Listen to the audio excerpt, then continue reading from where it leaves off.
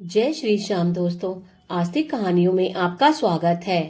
संपूर्ण भागवत कथा संक्षिप्त में, जिसमें आज हम श्रवण करेंगे प्रथम स्कंद, जिसको सुनने मात्र से ही आपके संपूर्ण कष्टों से, दुखों से आपको मुक्ति मिलेगी और पितरों को भी मुक्ति मिलती है। तो आइए प्रथम स्कंद श्रवण करके इससे आनंद प्राप्त करें। बोलो श्री कृष्ण भगवान की जय। ओम नमो भगवते वासुदेवाय। भगवान वेद व्यास जी द्वारा भागवत की रचना एवं परमात्मा के 24 अवतार का वर्णन। सूत जी ने कहा, हे ऋषियों, श्रीमद् भागवत की रचना करते समय सर्वप्रथम व्यास जी ने परम ब्रह्म की स्तुति की। महात्मा पराशर के पुत्र श्री व्यास जी ने कलयुग को आया देखकर सर्व कल्याण की भावना से महाभारत लिखने के बाद इस महाग्रंथ की रचना की। भगवान के गुण सुनने वाले भाग्यशाली हे ऋषियों, जब परम ब्रह्म परमात्मा ने प्रथम सृष्टि रचने की इच्छा की तो महातत्व से पुरुष धारण किया और अपनी योग निद्रा से प्रलय रूपी जल में सो गए। तदनंतर उनकी नाभि कमल से ब्रह्मा उत्पन्न हुए। इस प्रकार भगवान के मुख्यतः 24 अवतार माने गए हैं, जबकि भगवान के असंख्य अवतार हो चुके हैं। प्रथम अवतार सृष्टि के आदि में उन्होंने पहले पुरुष रूप धारण किया। उस समय सिर्फ महान महर्षियों ने ही उनके विराट रूप का दर्शन किया। दूसरा वाराह अवतार था, तीसरा नारद तथा चौथा नर नारायण अवतार था। पांचवें अवतार में वे कपिल बने, छठा दत्तात्रेय, सातवां यज्ञ पुरुष और आठवां अवतार ऋषभ देव और नवां अवतार पृथु, 10वां मत्स्य अवतार और 11वां कुर्म और 12वां धन्वंतरी, 13वां मोहिनी का और 14वां नरसिंह का, 15वां वामन का, 16वां परशुराम जी का, 17वां वेद व्यास जी का, 18वां श्री राम जी का और 19वां बलराम जी का और 20वां श्री कृष्ण का और 21वां बुद्ध देव जी का, 22वां हयग्रीव का, 23वां हंस अवतार तथा 24वां अवतार कलयुग में कल्कि अवतार के नाम से परमात्मा अवतार लेंगे। बोलो श्री कृष्ण भगवान की जय। देवर्षि नारद के पूर्व जन्म की कथा। श्री सुखदेव जी मुनि बोले, हे परीक्षित, जब व्यास जी ने नारद जी से हरि महिमा रूपी भागवत पुराण को सुना तो कहने लगे, हे नारद, जब आपको महात्मा लोग उपदेश देकर चले गए तो आपने बाद में अपना जीवन कैसे व्यतीत किया और पूर्व जन्म की बातें आपको कैसे याद रह गई, यह बताने की कृपा करें। नारद जी बोले, हे व्यास जी, महात्माओं से कथा सुनने के कुछ दिनों के बाद एक दिन मेरी माँ गाय दोहन करने गई, जहाँ उन्हें सर्प ने काट लिया और वे मर गईं। मैं उस समय उनका मुंह बिना देखे उत्तर दिशा की ओर एक घने वन में जाकर बैठ गया।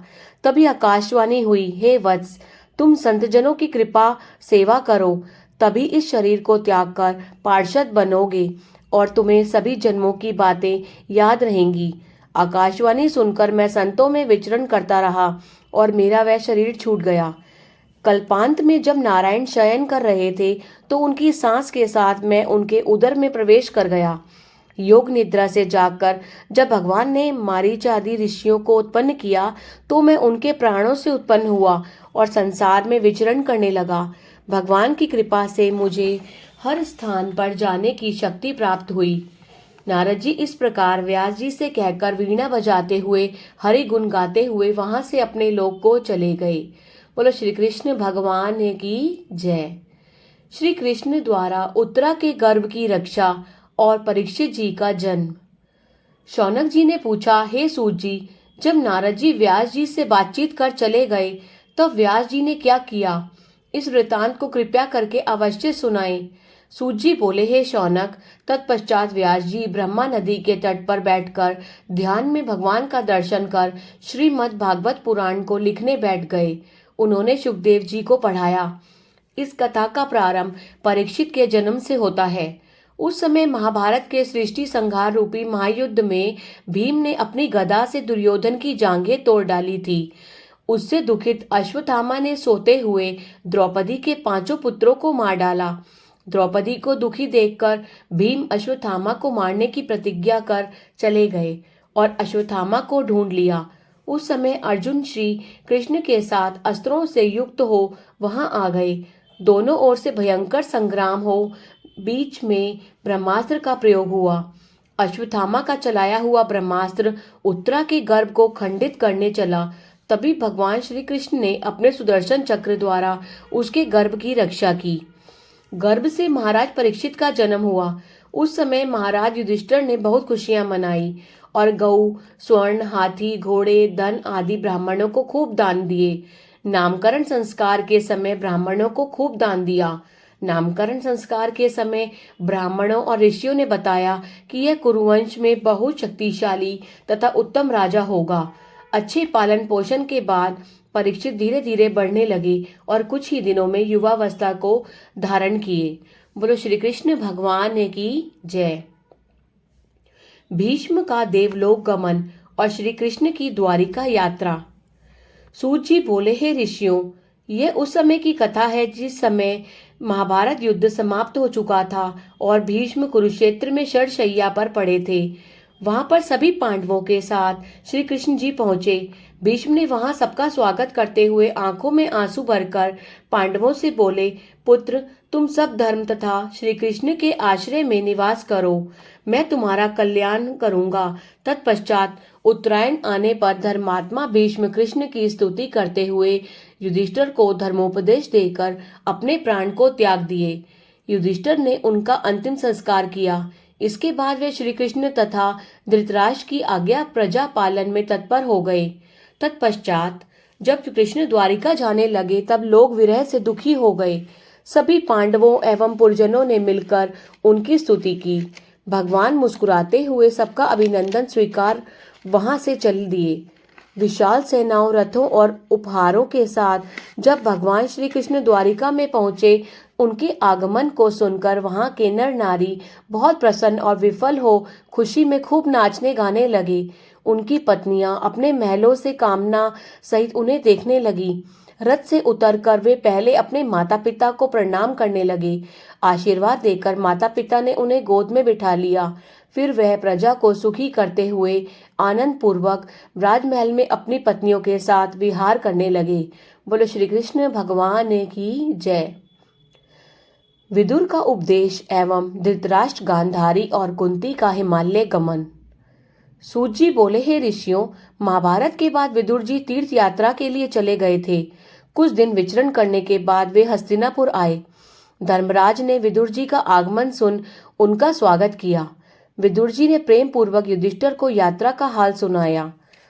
तत्पश्चात धर्मराज ने पूछा, चाचा जी, आप हमारे परम हितैषी यदुवंशी का भी समाचार सुनाइए कि वह कुशल पूर्वक तो हैं। विदुर जी ने कृष्ण की सम्मत सूचना कह सुनाई, किंतु यदुवंशी के विनाश के विषय में कुछ नहीं बताया, क्योंकि वे युधिष्ठिर को राजधर्म का उपदेश देने में तल्लीन रहे थे। तत्पश्चात उन्होंने युधिष्ठिर धृतराष्ट्र हित करने के लिए कुछ दिनों तक वहीं पर निवास किया। विदुर जी धर्मराज के अवतार थे। उन्हें एक बार एक ऋषि ने श्राप दिया था कि तुम 100 वर्ष तक शूद्र की योनि में जीवन बिताओगे। इसी कारण यहाँ धर्मराज ने विदुर के रूप में अवतार धारण किया था।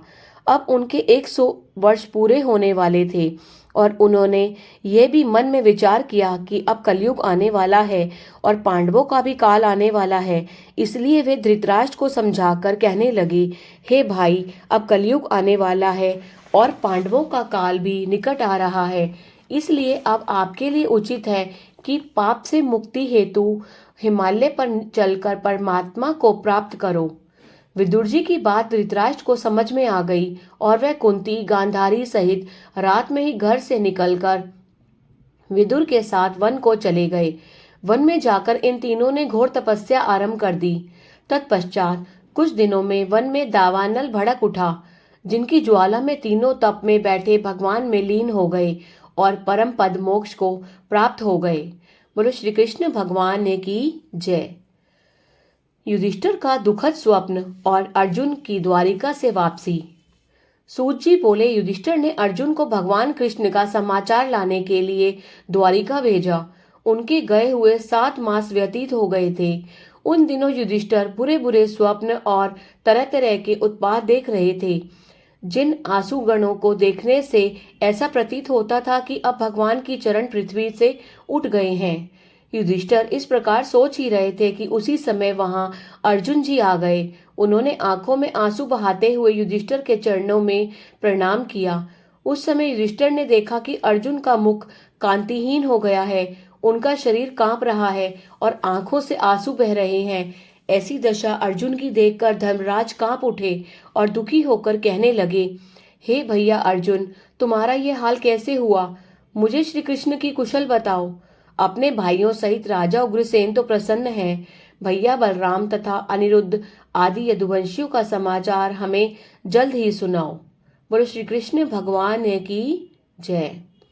श्री कृष्ण का गोलोक गमन, कलयुग का प्रवेश और पांडवों का स्वर्ग गमन।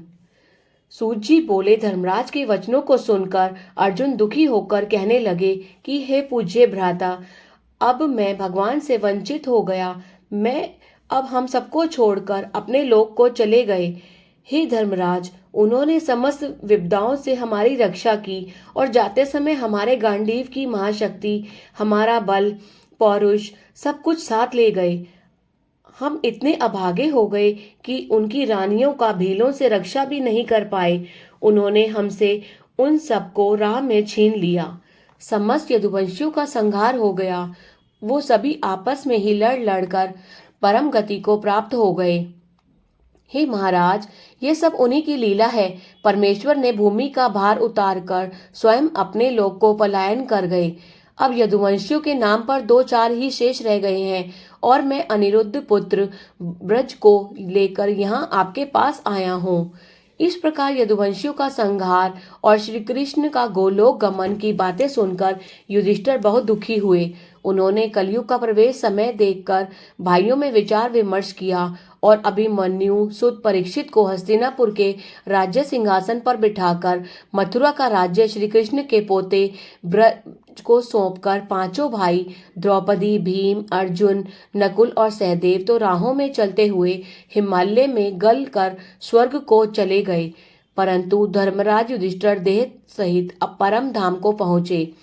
पांडव के स्वर्ग गमन का यह वृतांत जो भी मानव पढ़ता या सुनता है, वे सर्व सुखों को भोगते हुए मोक्ष को प्राप्त करता है। बोलो श्री कृष्ण भगवान की जय। परीक्षित की दिग्विजय और उनके द्वारा कलयुग के वास स्थान का निरूपण। सूत जी बोले, हे ऋषियों, राजा उन्होंने परीक्षित ने उन्होंने अपने गुरु और योग्य पंडितों के शिक्षा अनुसार राज्य किया। उन्होंने राजा उत्तर की पुत्री इरावती से विवाह कर जन्मेजय आदि 4 पुत्र उत्पन्न किए। उसने कृपाचार्य को अपना गुरु बनाया और 3 अश्वमेध यज्ञ संपन्न किए। एक दिन उसने एक शूद्र को सरस्वती के तट पर राजाओं का वेश धारण किए हुए देखा। वह एक बैल और गऊ को बेरहमी से तड़पा तड़पा कर मार रहा था। यह दशा देखकर राजा परीक्षित ने बाण चढ़ाकर ललकारते हुए कहा, हे अधर्मी, तू कौन है? मेरे होते हुए तू इन्हें क्यों पीट रहा है? हे गौ माता, तुम मत रो। जहाँ गाय रोती है वह राज्य नष्ट हो जाता है। तभी वृषभ रूप धर्म बोले, हे राजन, मैं धर्म हूँ और ये गाय धरती माता है। धर्म, सत्य, शौच और दया ये हमारे 4 पांव हैं। इनमें से 3 पांव तो कलयुग के प्रभाव से अधर्म ने तोड़ डाले हैं। अब केवल सत्य नाम वाला पांव मेरा शेष बचा है। इसे भी कलयुग तोड़ना चाहता है। यह सुनते ही परीक्षित ने कलयुग को मारने के लिए तीव्र खड्ग उठाया। तभी कलयुग डर के मारे उनके चरणों में गिर पड़ा। राजा बोला, तू शरण आया है इसलिए भय मत कर, लेकिन तू अधर्म का मित्र है, अतः मेरे राज्य से अभी निकल जा। यहाँ धर्म ही रह सकते हैं। यह सुनकर कलयुग कांप कर राजा से बोला, हे राजन, आप समस्त भूमंडल के महाराजा हैं। आप हमें थोड़ा सा स्थान रहने के लिए कहीं पर भी दे दें। मैं वहां पर रहकर अपना समय बिताते हुए आपकी आज्ञा का पालन करूंगा। कलयुग की प्रार्थना सुनकर राजा ने आज्ञा दी कि तुम्हें जुआ, मदिरा की दुकान, वैश्या के घर, कसाई के घर और स्वर्ण में रहने का स्थान दिया। यह आदेश पाते ही कलयुग प्रसन्न हो गया और उसी वक्त राजा परीक्षित के मस्तक पर पड़े स्वर्ण के मुकुट में प्रवेश कर गया और उनकी बुद्धि को भ्रष्ट करने लगा, ताकि परीक्षित धर्म को छोड़कर पाप कर्मों में संलग्न हो सके और कलयुग अपनी मनमानी कर सके। इस अनुपम कार्य में कलयुग परीक्षित पर प्रभावी हो गया। बोलो श्री कृष्ण भगवान की जय। कलयुग से प्रभावित होकर परीक्षित द्वारा शमीक ऋषि के गले में मरा हुआ सर्प डालना और श्रृंगी ऋषि द्वारा श्राप देना। सूत जी बोले, हे ऋषियों, एक दिन राजा परीक्षित कलयुग से प्रभावित होकर शिकार करने गए। वन में वे मृगा के पीछे दौड़ते दौड़ते थक गए और उन्हें प्यास लगी। प्यास से व्याकुल हो वे शमीक मुनि के आश्रम में जाकर तप में बैठे हुए शमीक ऋषि से जल मांगने लगे। ऋषि ध्यान में बैठे थे, उन्हें राजा के आने का कुछ भी ज्ञान न था। जब ऋषि से राजा को कोई उत्तर न मिला तो क्रुद्ध राजा ने अपने धनुष से उसी जगह एक मरा पड़ा सर्प को उठाकर शमी के गले में डालकर वहां से चलता बना। हे महर्षिगण, शमीक ऋषि का श्रृंगी नामक पुत्र को एक बालक ने जाकर कहा कि तुम्हारे पिता के गले में किसी ने मरा हुआ सर्प डाल दिया है, वे तप में बैठे हैं। इतना सुनते ही श्रृंगी ने कौशिकी नदी का जल हाथ में लेकर क्रोध में यह शाप दिया कि जिसने धर्म की मर्यादा तोड़कर मेरे पिता के गले में मरा हुआ सर्प डाला है, उसे आज से 7वें दिन नागराज तक्षक डस लेगा और वह मर जाएगा। इसी तरह का शाप देकर वह बालक दौड़ता हुआ अपने आश्रम में आया और पिता के गले में मरा हुआ सर्प लटकते देखकर कंठ फाड़कर रोने लगा। तब अपने पुत्र के संतप्त रुदन को सुन शमीक ऋषि ने नेत्र खोले। जब उन्हें श्रृंगी द्वारा श्राप की बातों का पता लगा तो वो शोक करते हुए कहने लगे, हे पुत्र, यह तुमने राजा परीक्षित को शाप देकर अनर्थ कर दिया। इतनी छोटी सी गलती की इतनी बड़ी सजा तुम्हें नहीं देनी चाहिए थी। वे अपने पुत्र के अपराध पर अत्यंत ही परेशान हो गए। बोलो श्री कृष्ण भगवान की जय। ओम नमो भगवते वासुदेवाय। राजा परीक्षित द्वारा राज्य त्याग अपनी मृत्यु के बाकी 7 दिन तक गंगा तट पर श्रीमद् भगवद गीता की कथा को श्रवण करना। सूत जी बोले, हे ऋषियों, राजा परीक्षित जब राजमहल में पहुंचे तो उन्हें चिंता हो गई कि मैंने मरा हुआ सर्प मुनि के गले में डालकर बहुत बड़ा अपराध किया है। शायद अब मेरा काल निकट आ रहा है, इसलिए मेरे हाथ से यह महापाप हुआ। तभी शमीक ऋषि को भेजा हुआ दूत गोरख मुख नामक शिष्य उन्हें आकर कहने लगा, राजन, शमीक ऋषि के पुत्र श्रृंगी के श्रापवश आज के 7वें दिन आपको तक्षक डस लेगा और आपकी मृत्यु हो जाएगी। मुनीश्वर का आदेश है कि आप इसके लिए अवश्य कोई उपाय करें। इतना सुनते ही राजा परीक्षित ने सभी मोह माया को त्याग कर व्रत साधना करने के लिए आधी धोती ओढ़े पहने गंगा के तट पर जाकर बैठ गए। राजा को शापित जानकर बहुत से ऋषि मुनि भी वहां इकट्ठे होने लगे। इतने में ही देवलोक से महर्षि सुखदेव जी वहां आ पहुंचे। उस समय उनकी अवस्था केवल 16 वर्ष की थी। शरीर पर कोपिन तक न थी। बाल घूंघर वाले चारों ओर बिखर रहे थे। ऐसे तेज युग सुखदेव जी को आए हुए देखकर अन्य मुनि लोग सत्कार के लिए उठ खड़े हुए। जब सुखदेव जी ने ऐसी शोभायमान हुए जैसे तारागणों के बीच में चंद्र, तथा राजा परीक्षित हाथ जोड़कर कहने लगे, हे महर्षि, आज आपकी कृपा से मेरा जन्म सफल हो गया। आपने यहाँ आकर हम सबको पवित्र कर दिया है। हे योगीराज, अब हमें कृपा करके यह बताइए, जानकी मृत्यु निकट आए तो उसे मोक्ष के लिए क्या करना उचित है। परीक्षित के मधुर वचनों को सुनते ही भगवान सुखदेव जी कहने लगे, सो द्वितीय स्कंद में कहेंगे। बोलो श्री कृष्ण भगवान की जय। प्रथम स्कंद संपूर्ण हुआ। अगर आपको भागवत कथा का ये अध्याय अच्छा लगा तो कृपया करके लाइक कीजिए और इसे अधिक से अधिक शेयर कीजिए, जिससे ये अधिक से अधिक लोगों में पहुंच सके और वो भी कथा का आनंद प्राप्त कर सके। बोलो श्री कृष्ण भगवान की जय।